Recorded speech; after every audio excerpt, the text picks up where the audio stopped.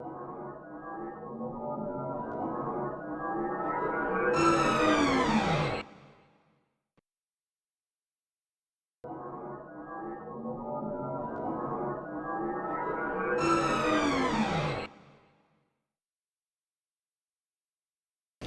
saluda Monseñor Pedro Agustín Rivera Díaz, capellán de la antigua Basílica de Guadalupe. Quiero invitarles a que contemplemos, disfrutemos este video, creado en un ambiente de oración, para invitarles también a ustedes en oración a contemplar el maravilloso acontecimiento sucedido hace ya algunos siglos aquí en el Cerro del Tepeyac. Tendremos la oportunidad de ir conociendo la narración más antigua de las apariciones de la Virgen, el Nicán Mopogua. Y al igual que en aquel documento, aquí se narra lo que ocurrió en aquel diciembre de 1531. Tendremos la oportunidad de conocer este diálogo de amor entre el indígena Juan Diego y Santa María de Guadalupe. Tendremos la oportunidad, a través de especialistas, de poder escudriñar amorosamente la imagen de Santa María de Guadalupe para descubrir el secreto de amor que allí se nos oculta. Un secreto de amor que ha hecho que los mexicanos a lo largo de los siglos la llamemos de diversas maneras. Un secreto de amor que ha hecho que le construyamos diversas casas y que de manera especial podamos haber obtenido esta identidad como mexicanos, que alegremente ahora presentamos al mundo este magnífico acontecimiento. No digo más.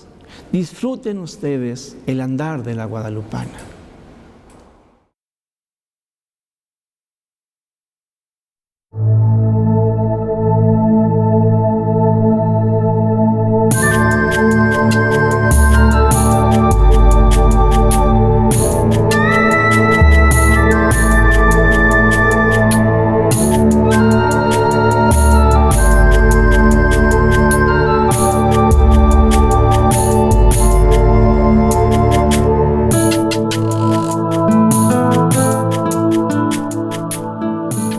Todas as bênçãos derramadas, protege nossa família, protege nossos filhos.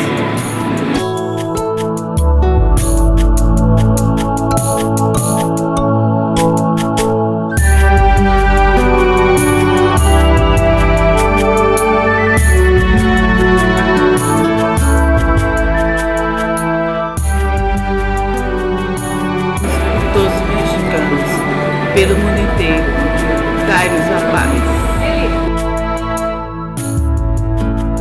Madre Santa, te pido especialmente por la paz del mundo entero, por la tranquilidad de todos los hogares de este mundo.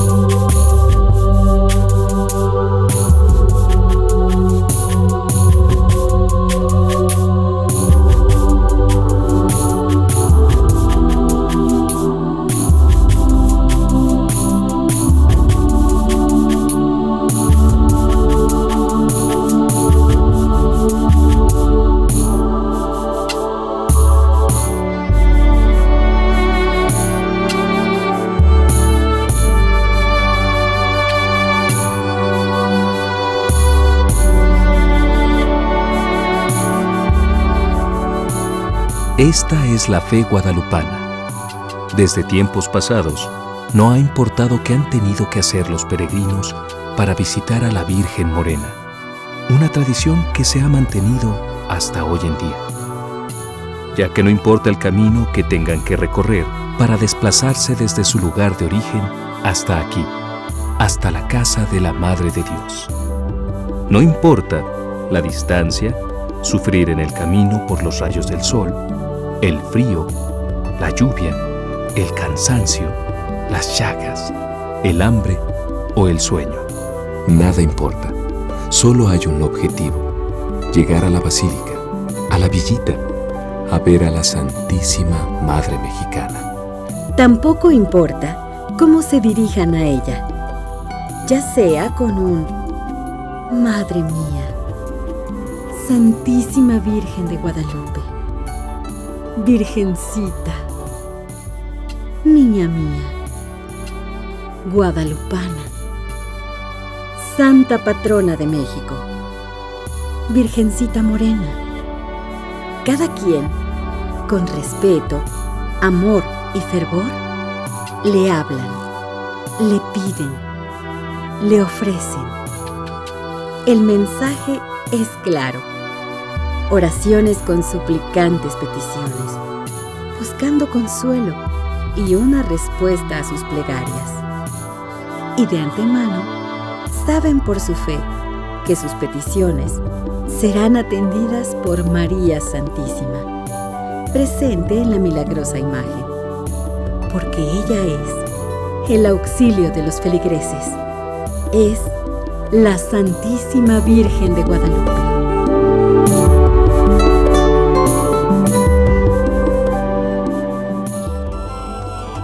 Pero es importante ubicarnos en el momento de su aparición. ¿Qué es lo que estaba sucediendo en tierra azteca? La Nueva España había sido conquistada.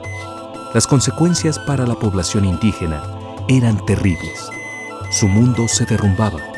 Estaban enfermos de los males que aquejaban a los españoles. Era una catástrofe no solo cultural, sino religiosa. Según sus creencias, sus dioses los habían abandonado. Me parece que la evangelización de México no se entendería sin la presencia de los franciscanos. Los franciscanos fueron uno de los actores más importantes en la evangelización. Vemos a los franciscanos cubriendo la mayor parte del territorio mexicano. Vemos a los franciscanos escribiendo en las más diversas lenguas indígenas del siglo XVI. Los franciscanos escribieron catecismos en las lenguas náhuatl, otomí, mixteco, matlatzinga, la lengua michoacana. Los franciscanos llegaron a cubrir no solamente pueblos indígenas bien asentados, sino que también se extendieron por los grandes territorios desérticos del norte de México.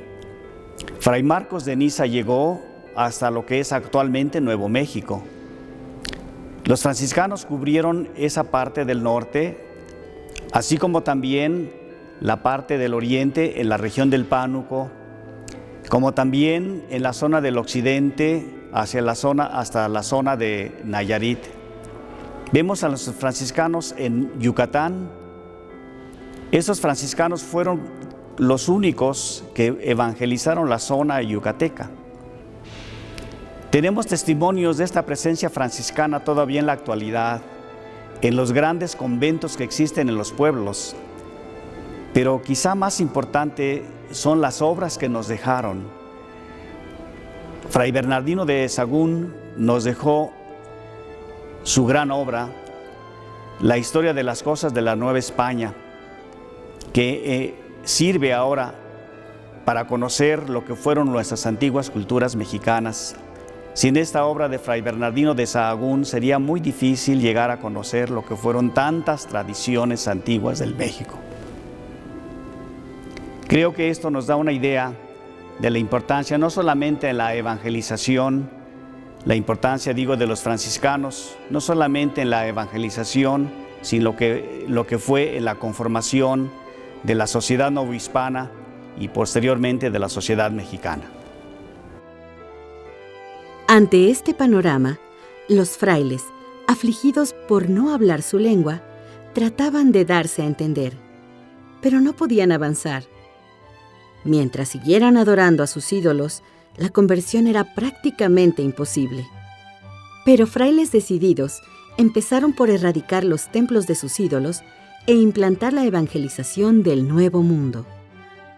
Para la raza indígena, era experimentar un cambio doloroso ante misioneros entregados al Evangelio.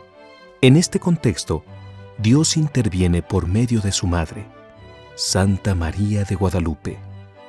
Ella, la primera discípula y misionera del amor de Dios, viene a introducir y fortalecer la fe. La conversión era inminente. La devoción de los indígenas por la bendita imagen en su pobre ermita fue el comienzo del amor y peregrinar de la guadalupana.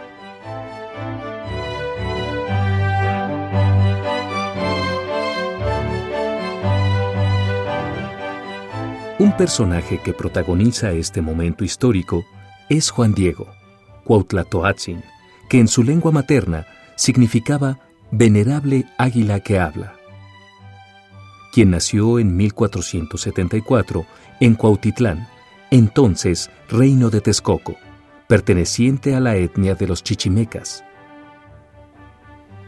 Ya adulto y padre de familia, atraído por la doctrina de los franciscanos, llegados a México en 1524, recibió el bautismo junto con su esposa María Lucía.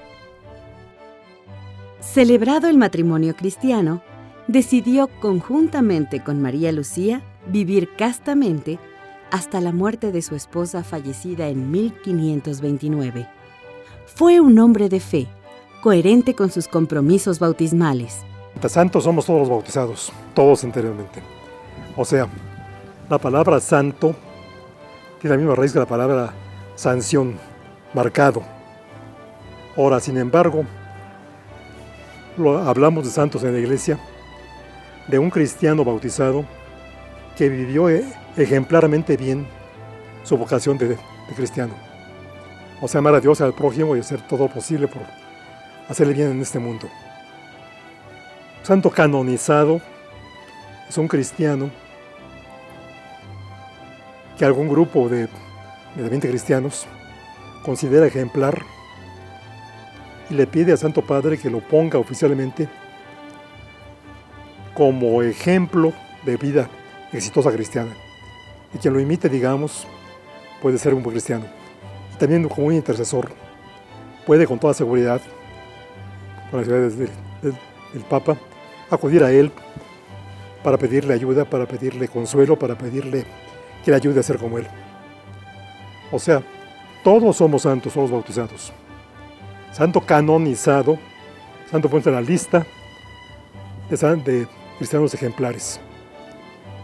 Alguien tan exótico como un indio mexicano de hace siglos. Lo que dijo ya Roma, bueno, a ver, díganme qué cosa es, qué cosa era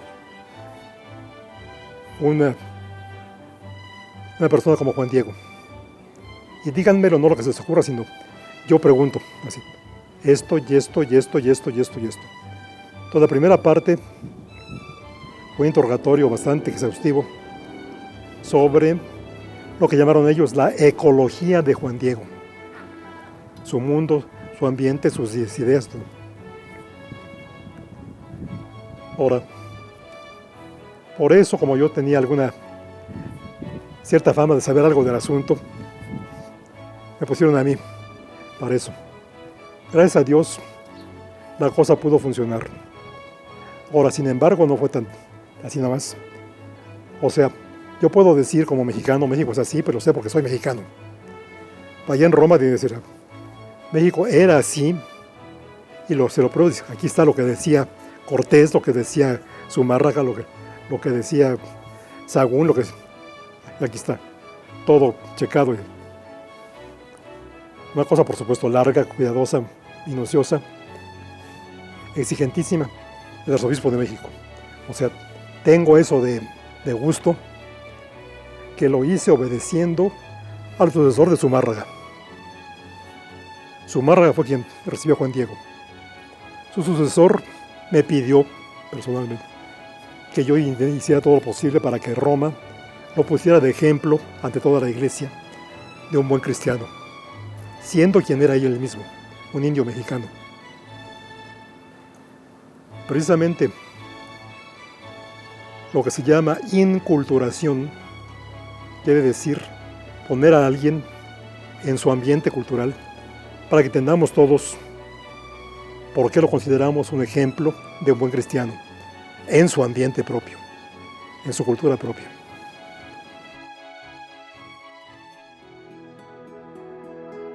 Un sábado invernal de 1531, a principios de diciembre, iba muy de madrugada del pueblo en que residía a la Ciudad de México a clase de catecismo y a la Santa Misa. Al llegar junto al cerro llamado Tepeyac, escuchó que le llamaban de arriba del cerro diciendo: Juanito. Ahí iba a empezar la aventura que habría de vivir. Y aquí se narra.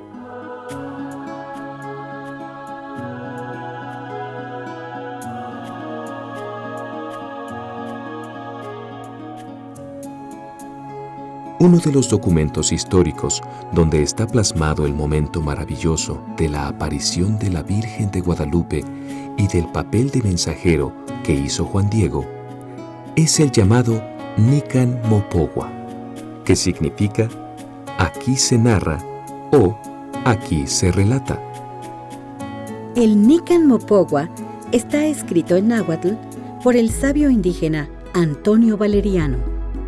Juan Diego oye cantos de pájaros, un canto celestial.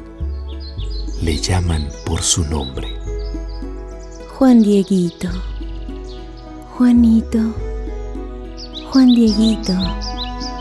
Es la voz de mujer, dulce y delicada, una mujer que lo respeta y dignifica. En versículos del Nican Mopogua, que detalla este momento, lo cita así. Luego se atrevió a ir donde lo llamaban. Sube a la cumbre del cerro del Tepeyac y ve a la niña. Y cuando llegó a la cumbre del cerrillo, contempló una noble doncella. Mucho le maravilló cómo sobrepasaba toda admirable perfección y grandeza. Su vestido, que resplandecía como el sol, así brillaba, y las piedras y rocas sobre las que estaba como que lanzaban rayos, y la piedra y el risco en el que estaba de pie lanzaba rayos como piedras preciosas. Se presentó como la madre del verdaderísimo Dios por quien se vive. Del Creador cabe quien está todo, Señor del cielo y de la tierra. Lo que dijo de ella misma fue clarísimo para los indios. Hablaba del inconfundible Dios único de ellos, y por otra parte, era ortodoxo para los españoles. Después, le ordenó: Anda al palacio del obispo de México y le dirás cómo yo te envío. Mucho quiero, mucho deseo que aquí me levanten mi templo. Aquí les escucharé su llanto para remediar, para curar todas sus penas, sus miserias y dolores. E inmediatamente en su presencia se postró. Le dijo: Señora mía, niña, ya voy a realizar tu venerable aliento, tu venerable palabra.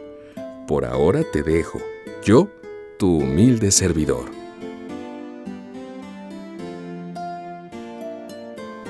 El hombre que tendría que ver Juan Diego era el obispo de México, don Fray Juan de Zumárraga, primer obispo y arzobispo de la Nueva España.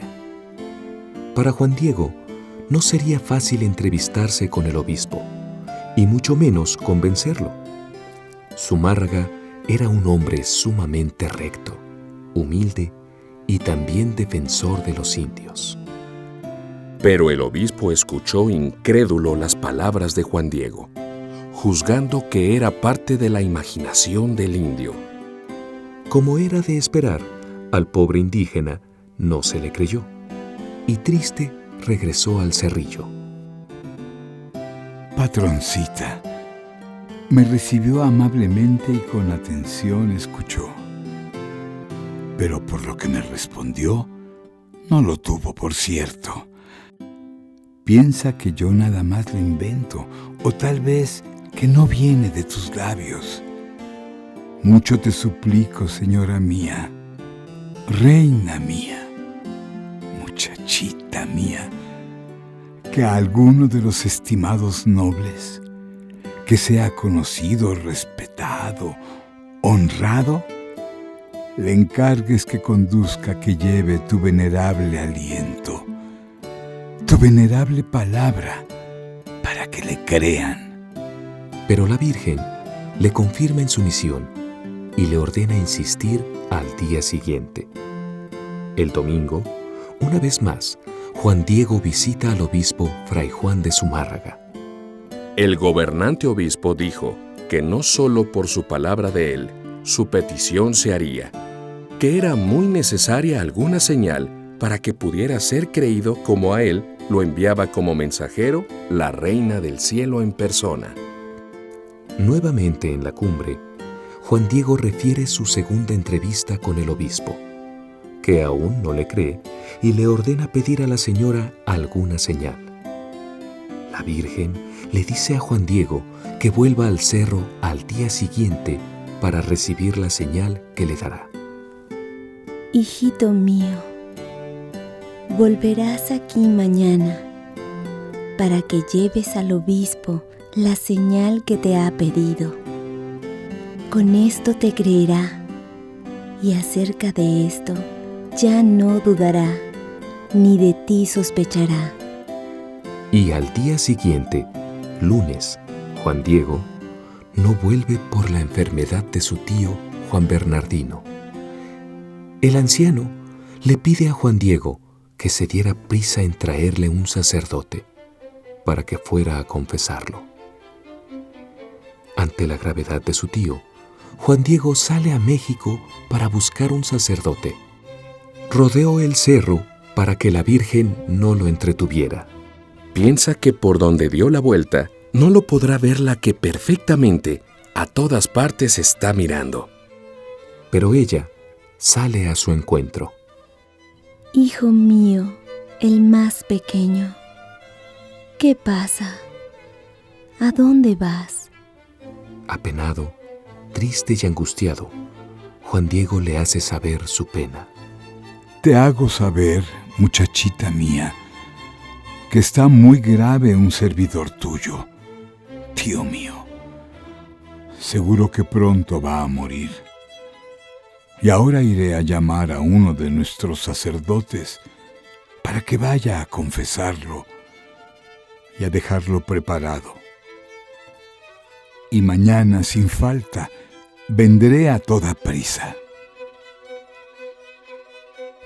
Y María Santísima le respondió compasiva a Juan Diego, mostrando su maternal misericordia. ¿No estoy yo aquí, que soy tu madre? ¿No estás bajo mi sombra y resguardo? ¿No soy yo la fuente de tu alegría? ¿No estás en el hueco de mi manto, en el cruce de mis brazos? ¿Acaso tienes necesidad de alguna otra cosa? Que no te acongoje la enfermedad de tu tío, porque de ella no morirá por ahora. Ten por cierto que ya sanó. La Madre de Dios lo tranquiliza. Ella es alegría que llena de amor. El corazón de Juan Diego cambió totalmente. Ya no había rastros de fatalidad o pesadumbre. Y la Reina Celestial luego le mandó que subiera a la cumbre del cerrito, en donde él la había visto antes. Allí verás extendidas flores variadas. Córtalas, reúnelas, ponlas todas juntas. Luego baja enseguida. Tráelas aquí, a mi presencia. Y cuando llegó a la cumbre, mucho se maravilló de cuántas flores como llenas de rocío, rosas de Castilla, las más variadas, ahí se extendían. Normalmente, ahí no se daban flores, solo abundaban riscos, plantas con espinas, nopaleras. Enseguida comenzó a cortarlas. Todas las juntó, las puso en el hueco de su tilma y con sus santas manos las tomó y de nuevo en el hueco del ayate las colocó. Santa María dispuso que fueran flores la señal para el obispo.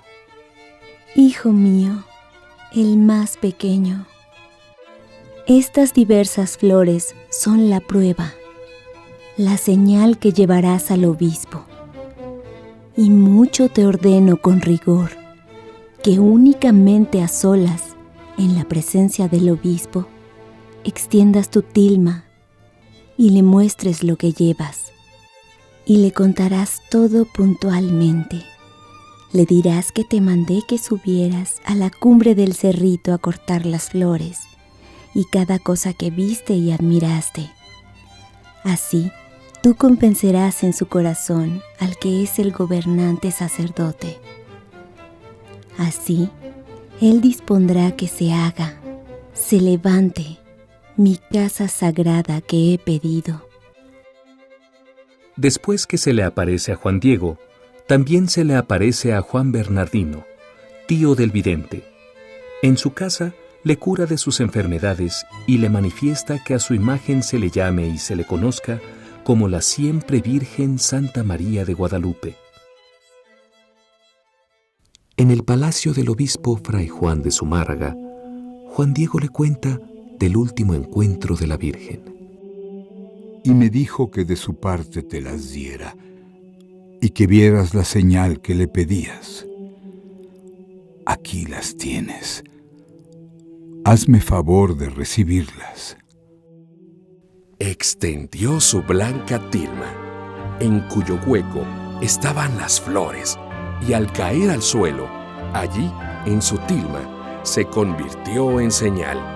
Se apareció de repente la amada imagen de la perfecta Virgen Santa María, Madre de Dios, en la forma y figura en que ahora está. Y en cuanto la contempló el obispo gobernante y también todos los que allí estaban, se arrodillaron, mucho la admiraron, se pusieron de pie al verla, se conmovieron. Y el obispo gobernante, con lágrimas, con tristeza, le suplicó, le pidió perdón por no haber realizado su venerable voluntad. Desató del cuello de Juan Diego la tilma en la que se imprimió la imagen de la Reina Celestial y la colocó en su oratorio.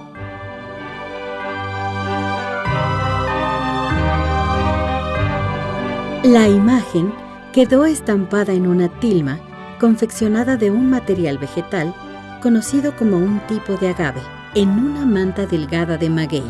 La tilma era una prenda, una capa de forma rectangular, un zarape de algodón o de lana e incluso de ixtle, tan importante para los indígenas no solo para vestir, sino que formaba parte de su trabajo e identidad. Su uso era principalmente para cubrirse, y de acuerdo a su material de hechura, los colores que tenía y su textura identificaba a su poseedor. Se sabe que fue la prenda más importante de la vestimenta indígena masculina en los tiempos prehispánicos. Está confeccionada en base a 2 cuerpos de tela de telar de cintura y zurcida por en medio con una costura tosca. Sus medidas son de 1.72 por 1.07 metros. Por su naturaleza, esta fibra se descompone por desgaste en 20 años o menos.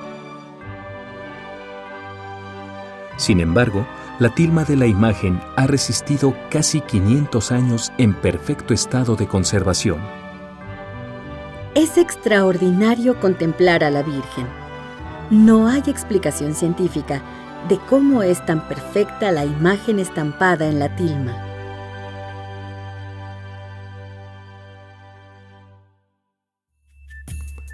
Antiguamente, los pueblos mesoamericanos transmitían la memoria de su historia de generación en generación por medio de poemas y cantos, que al ser plasmados mediante figuras y símbolos en papel a mate o en pieles, formaban los llamados códices.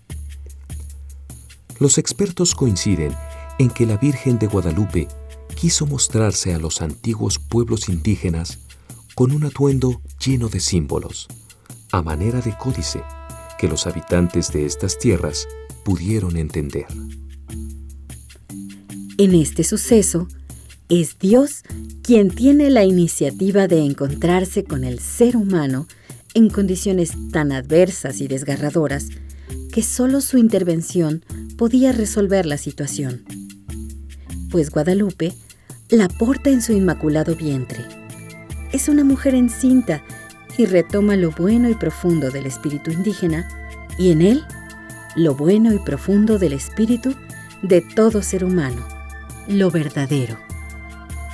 Para la cultura indígena, la tilma se usaba en la ceremonia indígena, en donde al niño se le consagraba a la divinidad. Por lo tanto, el hecho de que la Virgen de Guadalupe haya escogido esta prenda para plasmarse significa la consagración del ser humano a Dios por medio de María. Además, que eleva al indígena dignificándolo. Simbólicamente, unió su vida con la del pueblo. De esta manera, nos adoptaba como madre espiritual y hacía una nueva alianza de amor con Dios. Sobre este evento de la aparición de la Virgen, el Papa Juan Pablo II lo calificó como un modelo de evangelización perfectamente enculturada. Es impresionante constatar que la imagen de la Virgen de Guadalupe presenta una auténtica mariología que está en consonancia con todo el conjunto de la revelación. Podemos decir que la imagen de la guadalupana guarda exactamente la analogía de la fe. Está en perfecta consonancia con los dogmas marianos. Por ejemplo, con la maternidad divina. Ella dice: yo soy la madre del verdadero Dios por quien se vive. Por ejemplo, con el dogma de la virginidad perpetua. Dice: yo soy la siempre Virgen María. Por ejemplo, con el dogma de la Inmaculada Concepción. Se afirma diciendo: yo soy la perfecta Virgen Santa María. ¿Y quién es tan perfecta y tan santa sino la Inmaculada? Con el dogma de la Asunción se presenta como la mujer del Apocalipsis, vestida de sol con la luna bajo los pies. También se presenta como mediadora. Pide un templo para mostrar y dar en él todo su amor, amor que ella recibió primero de Dios y del cual es mediadora para nosotros. Podemos ver en ella un icono que resume el papel de María en la historia de la salvación y que está en consonancia con la tradición y la escritura. Es como un libro abierto que resume la mariología que permanecerá siempre actual. La estatura de la Virgen en el ayate es de 143 centímetros y representa a una joven cuya edad aproximada es de 18 a 20 años. La Virgen está rodeada de rayos dorados que le forman un halo luminoso o aura. El mensaje transmitido es que ella es la madre de la luz, del sol, del niño sol, del Dios verdadero. Ella lo hace descender hacia el centro de la luna, México en náhuatl, para que allí nazca, alumbre y dé vida. Su rostro joven no es español ni indígena, sino mestizo. En 1531 no había jóvenes mestizas de esa edad. Su rostro moreno es igual al naciente mestizaje. Es de pelo suelto, de raya en medio, usado así por las doncellas, ya que las indígenas casadas lo usaban con 2 colitas entrelazadas a los lados.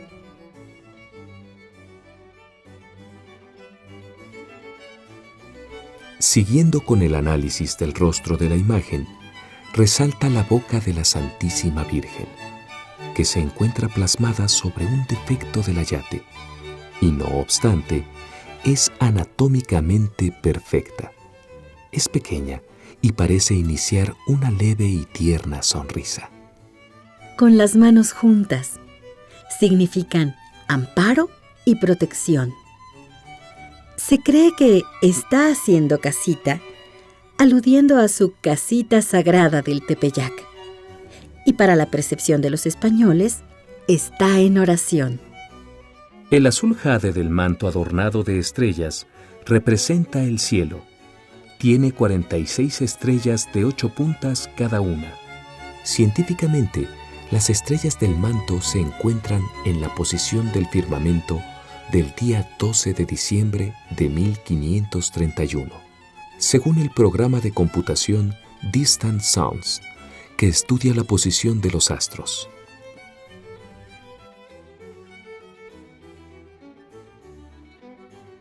Las constelaciones del manto.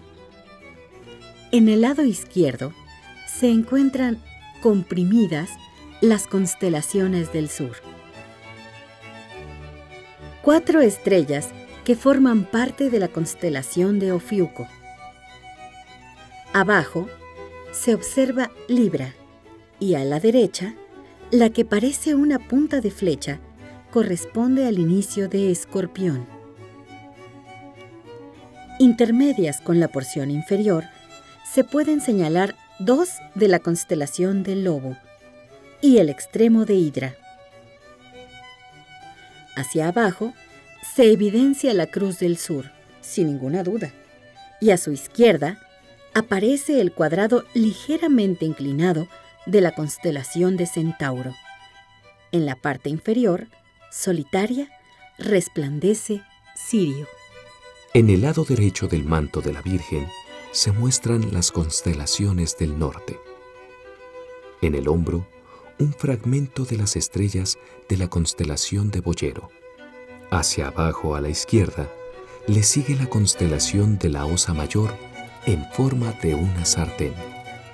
La rodean, a la derecha arriba, la cabellera de Berenice. A la derecha abajo, Lébreles. A la izquierda, Zuban, que es la estrella más brillante de la constelación de Dragón. Por debajo de 2 estrellas, que todavía forman parte de la Osa Mayor, se percibe otro par de estrellas de la constelación del Cochero, y al oeste, hacia abajo, 3 estrellas de Tauro. De esta manera, quedan identificadas en su totalidad y en su sitio, un poco comprimidas, las 46 estrellas más brillantes que rodean el horizonte del Valle de México. Santa María de Guadalupe supo integrar hasta los detalles más delicados, como es el medallón que tiene una cruz al interior y que lleva en la parte superior de su vestido. Manifiesta sencillamente admirable consagración a su Hijo Jesús, cuya cruz nos recuerda su sacrificio total por amor y el momento en el cual nos entrega a María como madre. La túnica es de color rojo rosado y representaría a la tierra. Contiene figuras dibujadas en color oro, que es el metal divino. Es un mensaje divino con flores entre las que se encuentran 9 arreglos florales, que pueden significar los 9 pueblos que salen de Aztlán para fundar la Gran Tenochtitlán, según narra el Códice de 1576. La cinta o faja negra en la cintura es significado del embarazo. Las mujeres indígenas se ciñan con su chincuete, sucueitl o falda, arriba de la cintura para dejar libre el abultamiento del vientre. Tepetl es la palabra náhuatl que indica población o cerro. El símbolo de esta palabra tiene forma de cara-corazón y en su perfil la forma de volutas del hablar. Significa que está comunicando un mensaje universal para la humanidad. Los tallos de los arreglos florales nacen del manto de la Virgen, lo que significa el cielo. Según lo pintan los tenochcas, lo que significa un río que surca los campos para regarlos y producir alimentos y dar vida. Flor de 4 pétalos. Para las culturas indígenas, esta flor a la altura del vientre indica los 4 puntos cardinales, las 4 estaciones del año, 4 épocas pasadas. Esperando el regreso de Quetzalcóatl, el 5º sol en plenitud. Año 13 Acatl, conjunción de Venus, que coincide con el solsticio de invierno de 1531. Hay 8 flores de 8 pétalos que son conjunciones del Sol y Venus, que coincidían cada 104 años solares, equivalentes a 65 años venusinos. Tanto el año sagrado de 260 días, el año solar de 365 días y el año de Venus de 584 coincidieron con la llegada de la Virgen Santa María de Guadalupe. Al presentarse la Virgen de Guadalupe entre nubes, deja clara su procedencia divina. Desde la óptica indígena, creían que venía de parte de Dios por presentarse entre nieblas y nubes. Para los tenochcas, las asocian con la altura, la elevación del espíritu, y anuncian lo divino, la llegada de la nueva era. Este angelito podría ser un guerrero águila, Cuautl o Celotl, perteneciente a los ejércitos del sol y representa al pueblo del sol. Tiene alas de águila. El ave volaba más alto, símbolo de la fundación de la Gran Tenochtitlán. Sus manos hacia arriba, tal como representaban los indígenas a los dioses.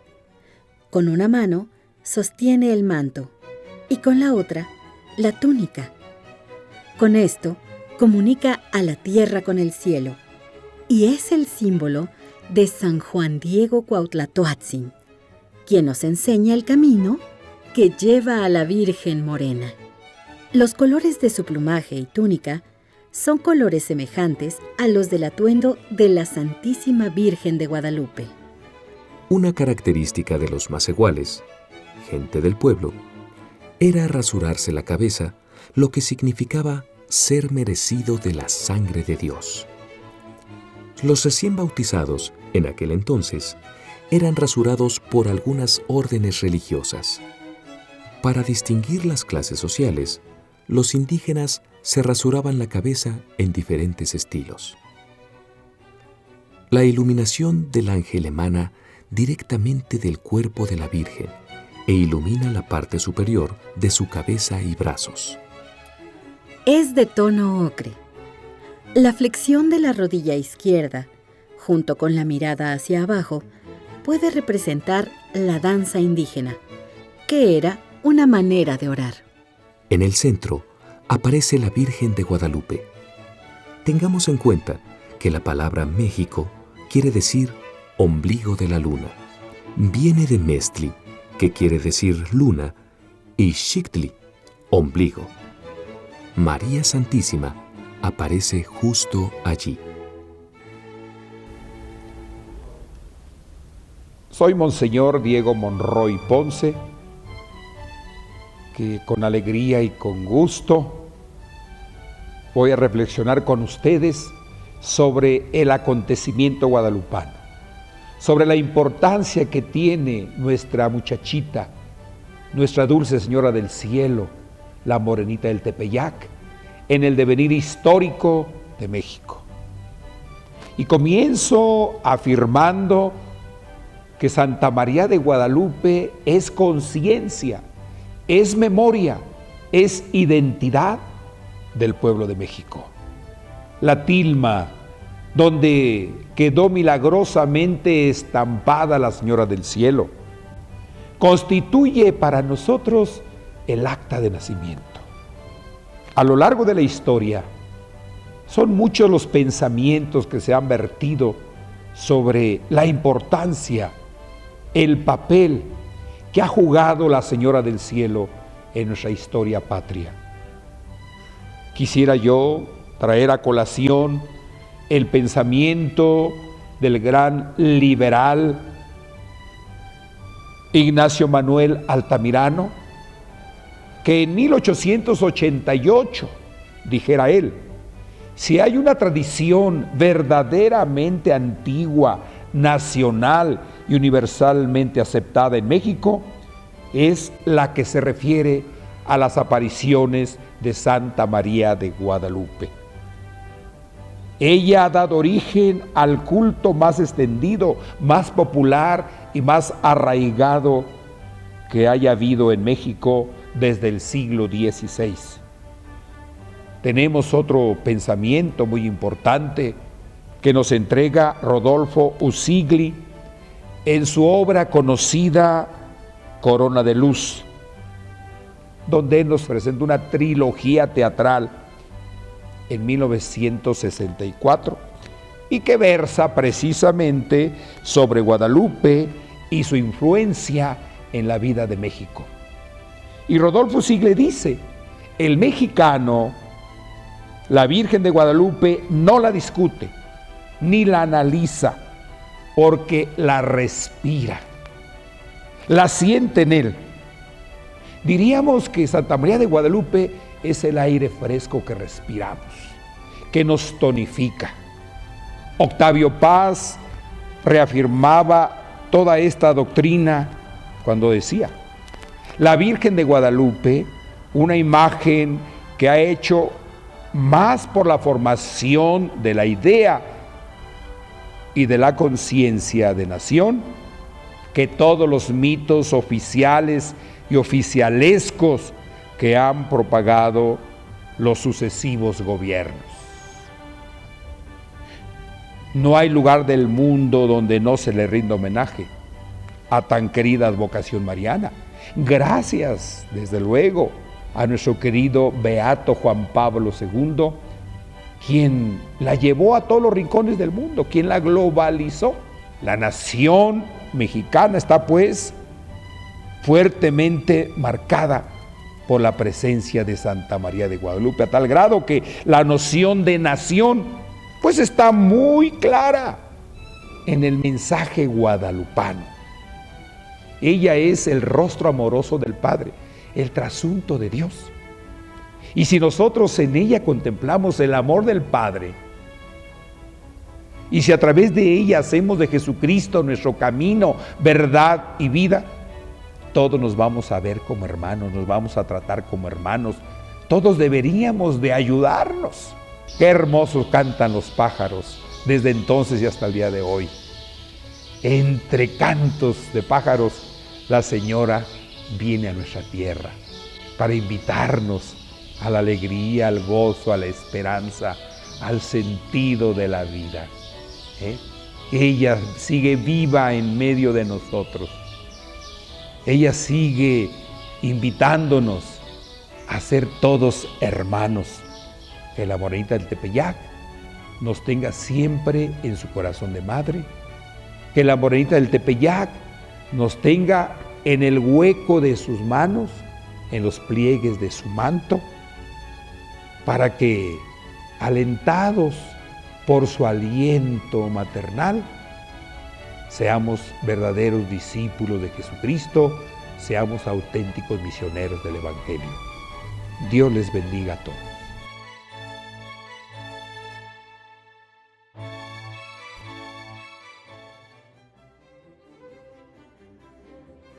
A través de la historia, la Virgen de Guadalupe siempre ha mostrado su protección por la tierra americana y por todos aquellos otros linajes de hombres que acuden a su regazo materno. Distintos títulos le han sido dados por papas, obispos, sacerdotes, presidentes, quienes han sido sensibles a su presencia en situaciones adversas. Algunos títulos que la Virgen de Guadalupe fue recibiendo son los siguientes.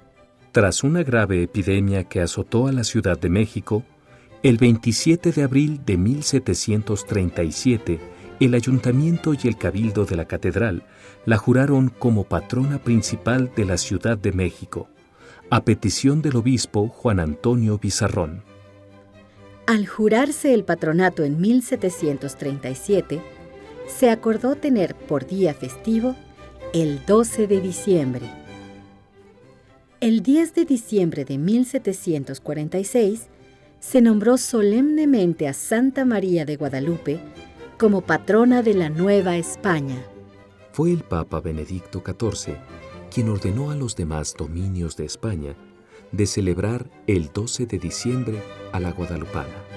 El 12 de octubre de 1821, el libertador Agustín de Iturbide la declara patrona de la nación mexicana.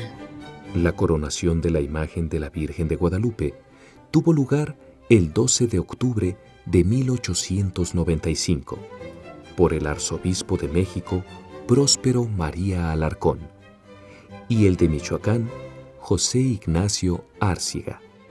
A petición de 70 obispos latinoamericanos, el 24 de agosto de 1910, Pío X proclamó a Santa María de Guadalupe patrona de América Latina. El 16 de julio de 1935, el Papa Pío XI la proclama también patrona de Filipinas. En 1945, el Papa Pío XII la indicaba como Reina de México y Emperatriz de América.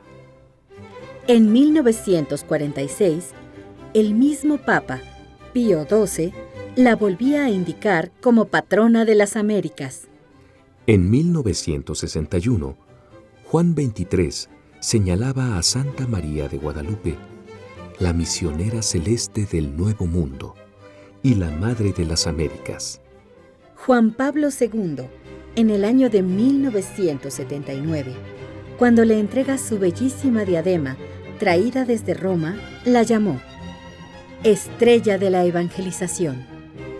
Juan Pablo II la llama Madre de América, y en su cuarta visita a México declaró el 12 de diciembre como fiesta litúrgica de María de Guadalupe en toda América. Y en enero de 1999 la declara patrona del continente americano y le da el título de Madre y Evangelizadora del mismo.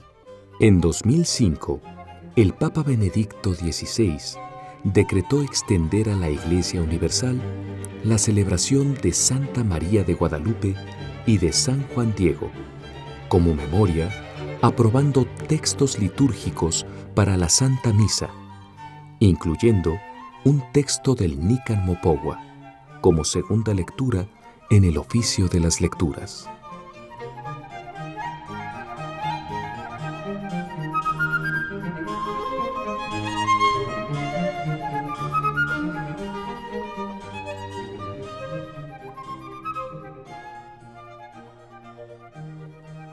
Después que la Guadalupana se imprimiera en el ayate de Juan Diego, Fray Juan de Zumárraga la tuvo en su oratorio, y de ahí habría de empezar el peregrinar de la Guadalupana.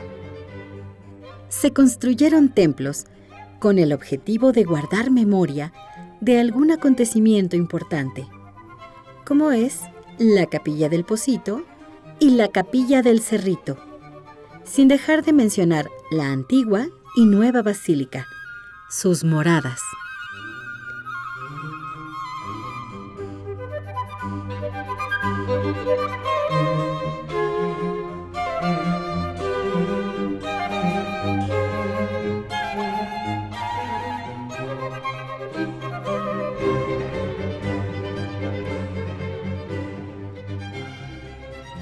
La Capilla del Cerrito es el lugar donde Juan Diego fue a cortar las rosas que sirvieron de señal al obispo de Zumárraga.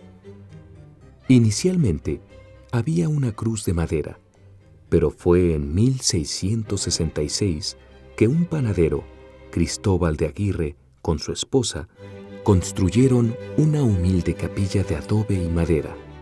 Y 90 años después, el sacerdote José Mariano Montúfar pidió la edificación de esta capilla en el Cerro de Guadalupe.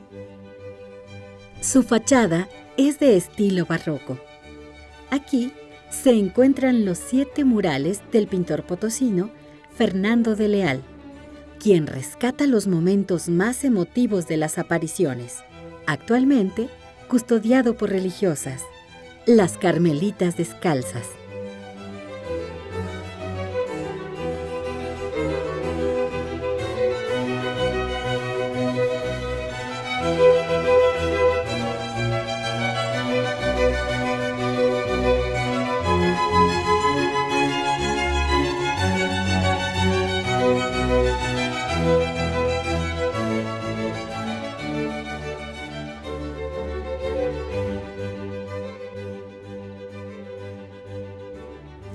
En la falda oriental del Tepeyac existía un pequeño manantial cerca del sitio donde la Reina del Cielo puso las flores en la tilma de Juan Diego. Y por las virtudes curativas que se le atribuía, a finales del siglo XVIII se construyó la Capilla del Pocito, un templo representativo del barroco mexicano. El templo fue sede de la parroquia de Santa María de Guadalupe desde el 12 de noviembre de 1972 al 12 de noviembre de 1996, debido a las reparaciones de la iglesia de Capuchinas.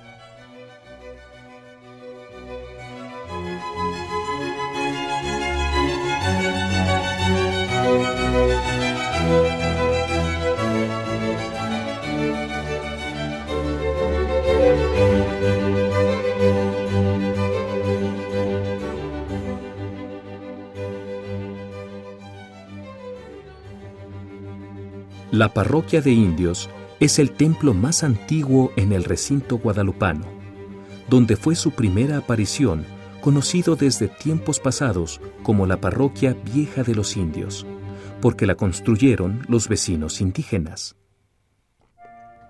Está construida sobre los cimientos de las 2 primeras ermitas levantadas en el Tepeyac para cumplir el deseo de la Virgen de Guadalupe. Fue erigida de 1647 a 1649. Tiene un aspecto sobrio y sencillo, sin ningún género de adornos. A un lado del templo existe una cruz que marca el lugar donde Juan Diego vivió sus últimos años.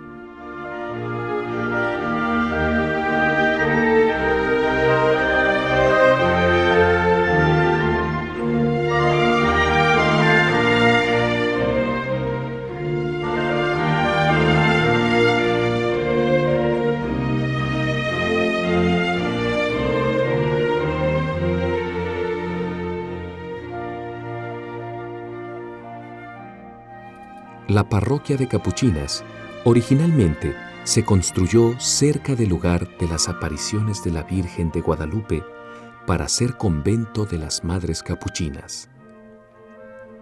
Es uno de los templos que ha albergado la imagen de la patrona de México cuando ha estado temporalmente fuera de su casa debido a diversas circunstancias.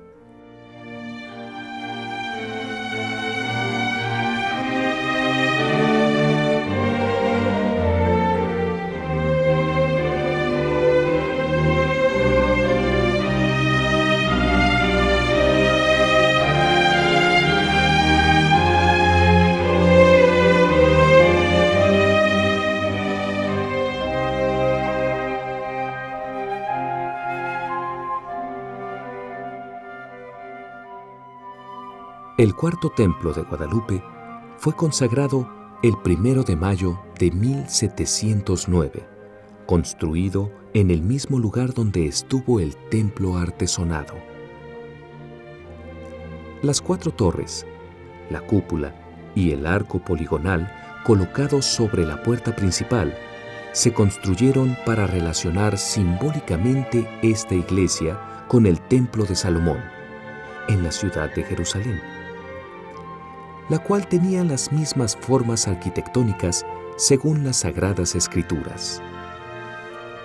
Este recinto religioso recibió la distinción de ser iglesia colegiala en 1749. Más tarde, la dignidad basilical. Fue cerrada al culto desde 1976 y reabierta en el 2002, recibiendo el nombre de Templo Expiatorio de Cristo Rey.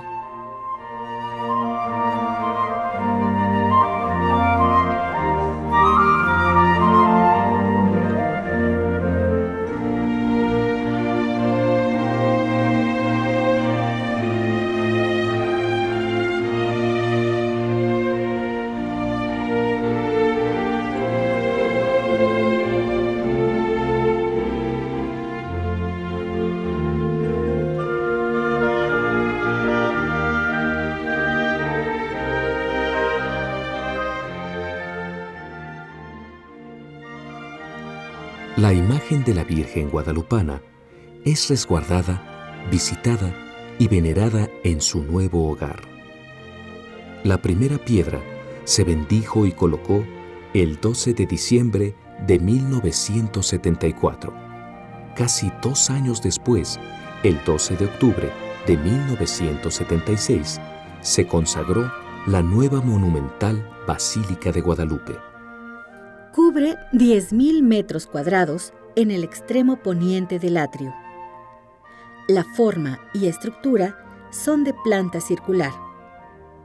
Las traves del techo se apoyan en una columna excéntrica que se yergue como un mástil de navío y mide 45 metros sobre el nivel del piso. En el exterior, en la parte superior del techo, se encuentra un símbolo mariano, representado con la letra M, acompañada con una cruz que significa Cristo. El techo está diseñado en lámina de cobre engargolada y patinada. Por su color, simboliza el manto de la Virgen. Su interior está forrado de madera. En la capilla abierta, sus paredes están forradas de cantera roja.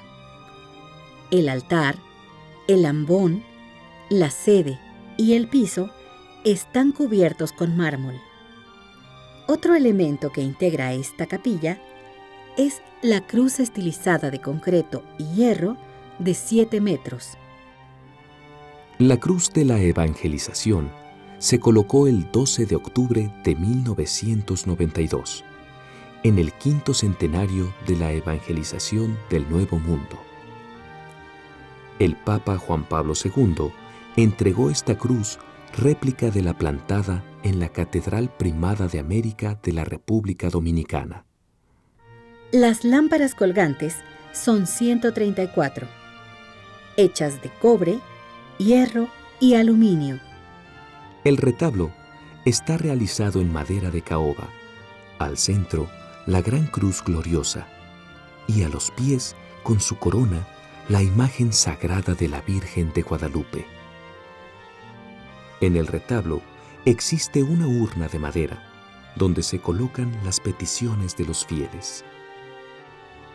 La imagen de Juan Diego se colocó en el presbiterio con motivo de su canonización, proclamada en esta basílica por el Papa Juan Pablo II el 31 de julio de 2002.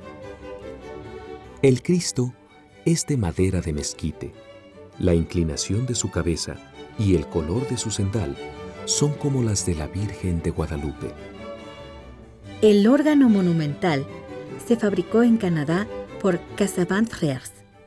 Cuenta con 7.330 flautas hechas con una aleación de metales y madera de abeto. En la capilla del Santísimo resalta el tabernáculo y el ábside está decorado con una pintura que representa la resurrección de Jesús.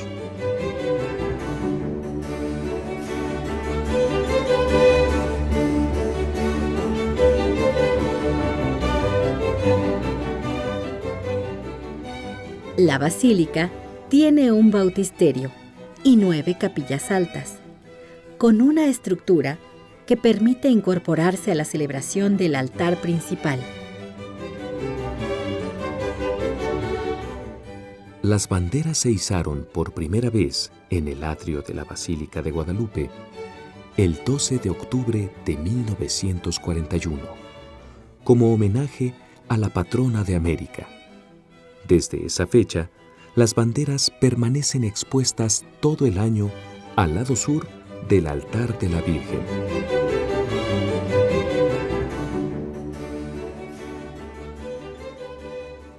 El presbiterio es semicircular, dando una mejor visión al peregrino en la participación de la misa.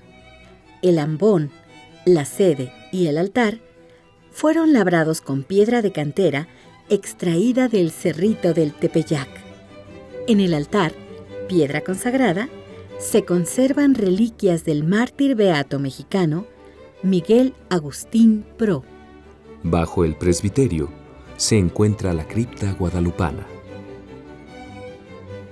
La basílica tiene 9 puertas monumentales. En estas se combina la madera y los esmaltes, resaltando de sus vitrales las formas simbólicas que guardan relación con la iconografía cristiana de los primeros siglos.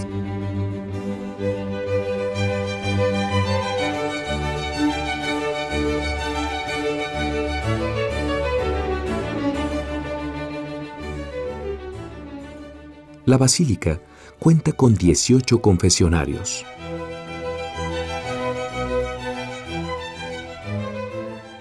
En 1921, el altar de la Virgen sufrió un atentado, dando como resultado el Cristo torcido de bronce que protegió a la imagen. Dicha imagen se venera hasta estos días en esta basílica. A esta imagen se le conoce como el Cristo del Atentado.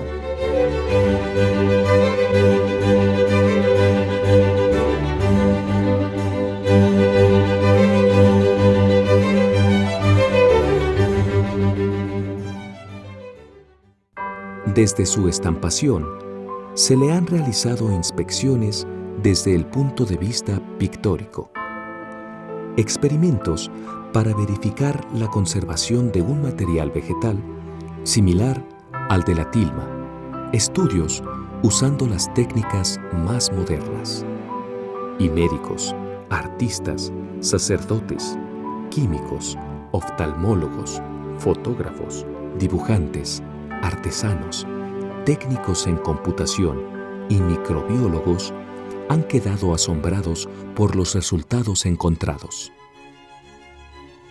Los pintores, testigos en las Informaciones Jurídicas de 1666, concluyeron que es imposible para manos humanas pintar tan perfecta imagen en un lienzo tan tosco. Los protomédicos del siglo XVII, así como el pintor novohispano Miguel Cabrera, en 1751 dictaminaron que era inexplicable científicamente la conservación del ayate en un ambiente húmedo y salitroso como era el Tepeyac en aquellos tiempos. José Ignacio Bartolache, otro pintor novohispano, realizó otro análisis en 1786. Argumentó que la imagen no había podido ser copiada y que era inimitable para manos humanas. En 1929, el fotógrafo Alfonso Marcué González afirmó haber descubierto una figura humana en el ojo derecho de la imagen. El alemán Richard Kuhn, en 1938, estudió los pigmentos y dictaminó que la pintura no contenía colorantes de tipo mineral, ni vegetal, ni animal, y que en el siglo XVI no se conocían colorantes sintéticos. En 1951, el dibujante Carlos Salinas Chávez ratificó el descubrimiento de Marcué González y lo describe como Juan Diego en los ojos de Santa María de Guadalupe. Ello animó a algunos oftalmólogos a investigar el asunto. En 1956, médicos confirman que en los ojos de la imagen de la Virgen se apreciaban figuras humanas, hallazgo en el que coincide también el doctor Charles J. Wallich al estudiar una ampliación de sus ojos. A finales del siglo XX, el doctor Juan Homero Hernández Illescas formuló que las estrellas de la imagen de la Virgen de Guadalupe tenían relación con las constelaciones visibles de la madrugada del invierno del 12 de diciembre de 1531. Los ojos de la guadalupana nos dan paz, tranquilidad y ternura, pero al hacer un análisis de ellos, se han encontrado extraordinarios descubrimientos. A partir de 1979, el doctor en sistemas computacionales y licenciado en ingeniería civil, José Aste Tonsman, fue descubriendo el misterio que encierran los ojos de la Virgen. Mediante el proceso de digitalización de imágenes por computadora, descubrió el reflejo de 13 personas en los ojos de la Virgen Morena.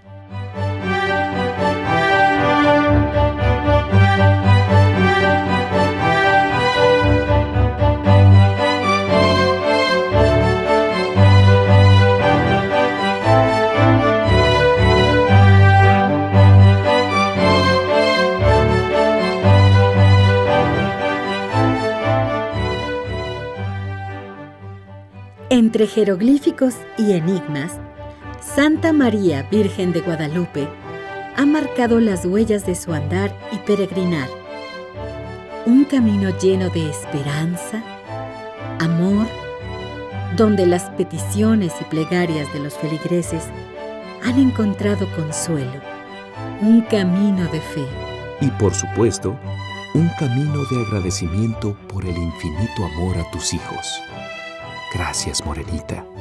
Gracias, Madre mía.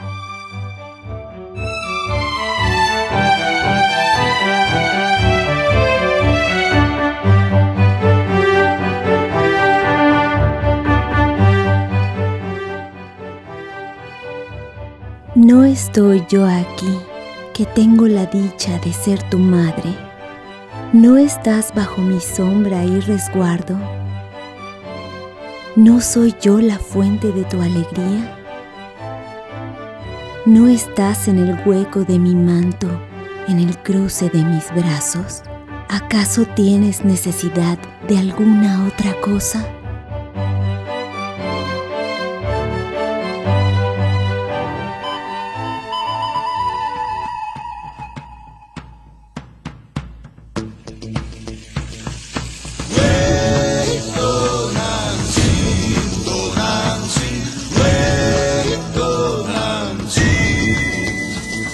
Desde el cielo una hermosa mañana, desde el cielo una hermosa mañana.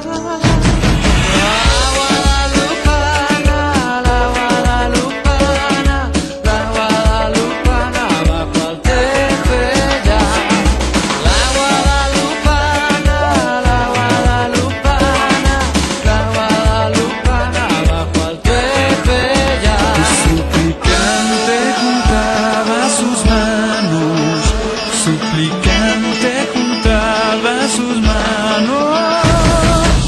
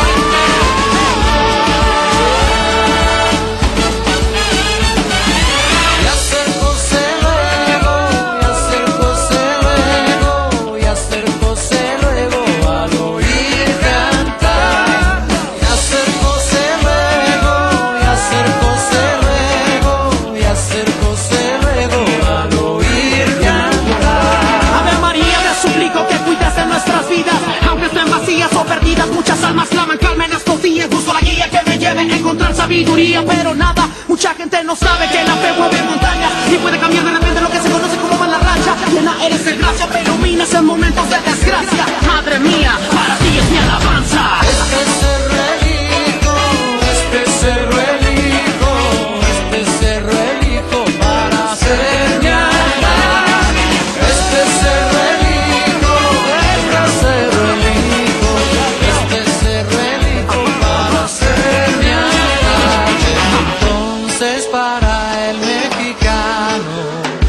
Desde entonces para el mexicano, ser guadalupano, ser guadalupano, ser guadalupano es algo esencial. Ser guadalupano, ser guadalupano, ser guadalupano es algo esencial. Ser guadalupano es algo esencial. Ser guadalupano es algo esencial.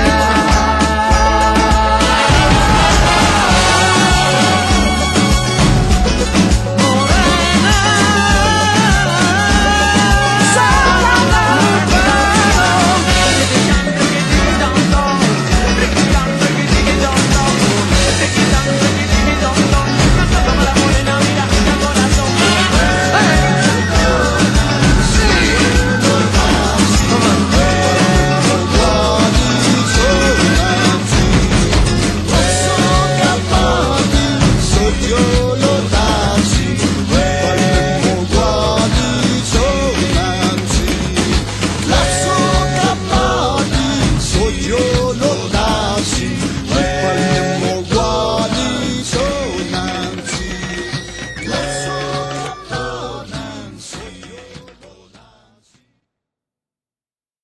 Amigos, ¿verdad que es fascinante todo lo que hemos visto?